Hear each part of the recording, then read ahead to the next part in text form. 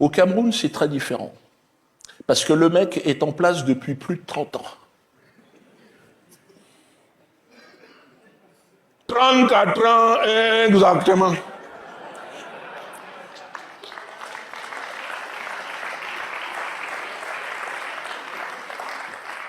Pourquoi il y a un problème? Nous aussi, nous avons les élections au Cameroun. Hein? Mm-hmm. C'est moi-même qui avais instauré ce machin-là. Moi, j'ai une véritable passion pour la démocratie. Oui? Non, c'est bien, les gens sont contents. À chaque élection, je leur chante toujours une chanson douce. Une chanson douce que chantait le président.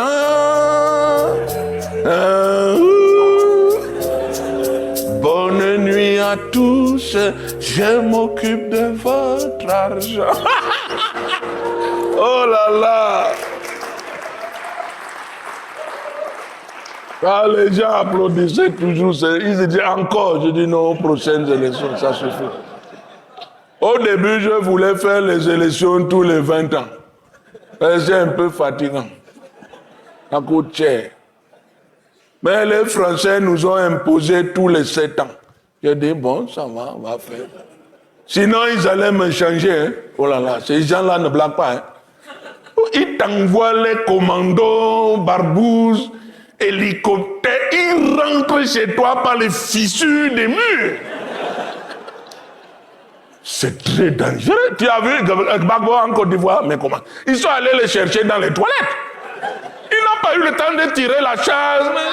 Ils se sont retrouvés en slip au tribunal de la haine. Je ne comprends pas. Ils faisaient caca, les gens arrivent.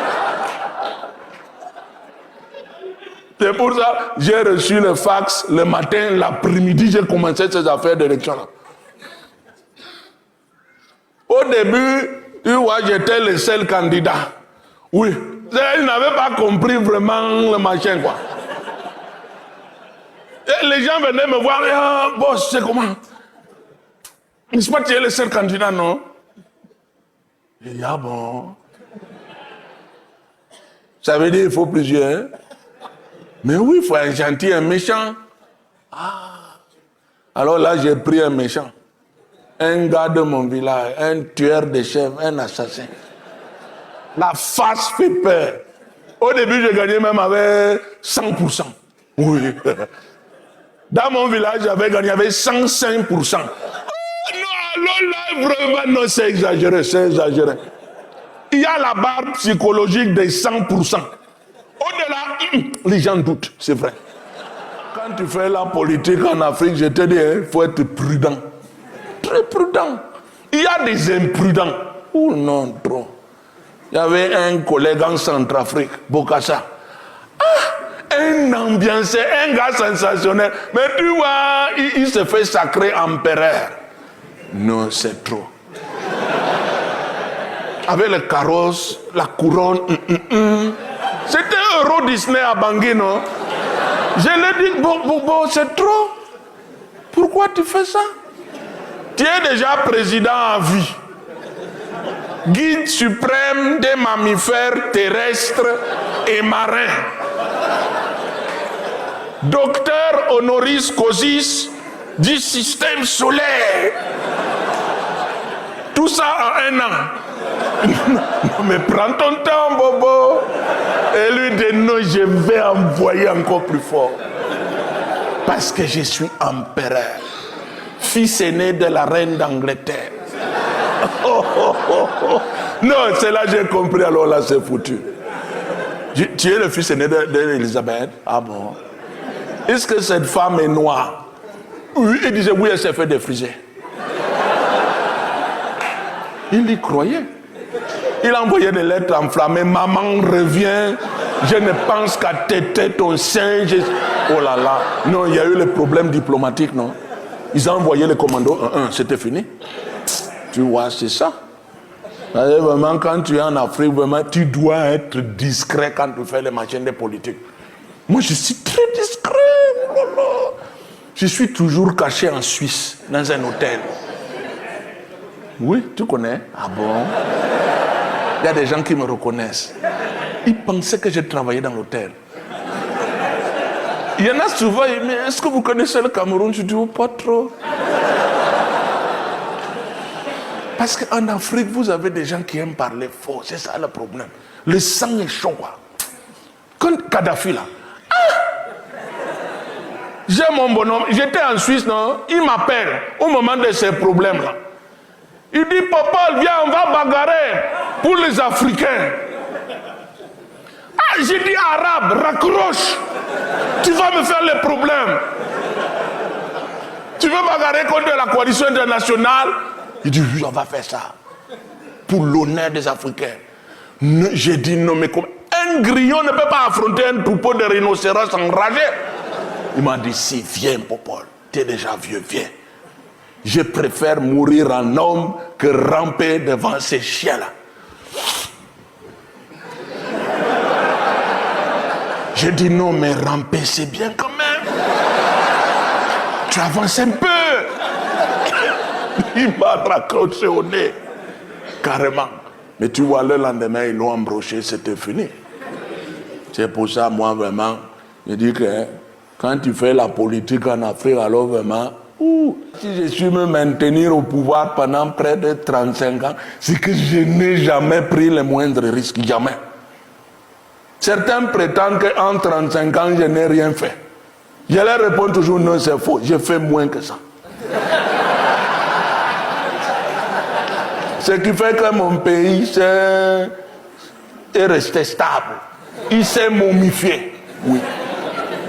Une momie, c'est vraiment extraordinaire. Elle peut rester 5000 ans. Non, non, elle ne bouge pas. C'est un des 3 soleils. Tu te dis, mais comment? Elle n'a pas bougé. Ça, c'est vraiment... Moi, je suis passionné par le processus même de momification. C'est quelque chose d'extraordinaire. J'ai un laboratoire dans mon palais, je fais même les expériences. Il n'y a pas longtemps, j'avais pris un opposant, un gesticulant, un gars qui m'emmerde depuis 30 ans. Dès que je voyais ce bonhomme, mais président, où est l'argent de l'État? Le peuple souffre. Bon, je prends ça. Je l'ai plongé dans le béton.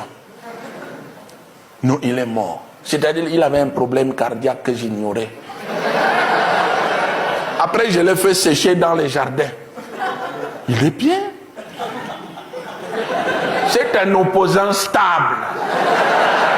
Qui pleuve, qui va, ne bouge pas. C'est ça que j'apprécie. Je pense même le nommer Premier ministre. Surtout, il est honnête. Et ça, c'est très rare quand même. Ah oui. Honnête. Tu sais, je l'ai testé. Hein. J'ai pris un billet de 10 000, j'ai mis devant comme ça. Il n'a même pas regardé. Non, mais comment? Je ne pourrais pas en dire autant de mes ministres. Vous savez, oh là là.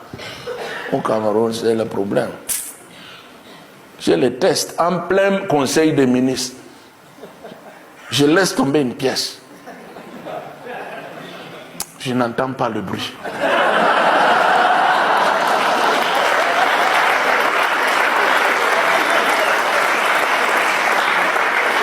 Bon, attention. Attention, c'est ce que je n'ai pas dirigé contre l'actuel gouvernement camerounais, bien sûr. Alors, j'ai assez d'emmerdement comme ça, et puis comme j'y vais, laissez-moi tranquille. Et puis on critique, mais l'immobilisme a aussi ses avantages. Ah. Oh bah, sur le plan de l'écologie, par exemple. On est très en avance au Cameroun. On pollue beaucoup moins qu'ici. Bon, tu me diras, il n'y a quasiment pas de route et il n'y a pas d'industrie. Donc, on voudrait polluer, on ne pourrait pas. Mais autant. Mais on a un mouvement de l'écologie qui est quasiment culturel. On a un mouvement écologique. Ah bah, il est porté par les pygmées. Donc, eux, c'est quasiment une religion. Les pygmées. Ah, au niveau de l'écologie... Tu peux pas faire mieux sur la planète. Les pygmées considèrent qu'au milieu de la forêt, au-delà de 30 individus dans un campement, il faut se séparer parce que l'on blesse la nature. Tu laisses des cicatrices dans la forêt. T'imagines, là, c'est pas Nicolas Hulot, c'est pas Europe Écologie. Non, ils ont une relation avec la nature qui est extra. Et puis avec cette forêt incroyable. Les pygmées, c'est vraiment un peuple aussi au milieu de la forêt. Mais la forêt équatoriale, c'est...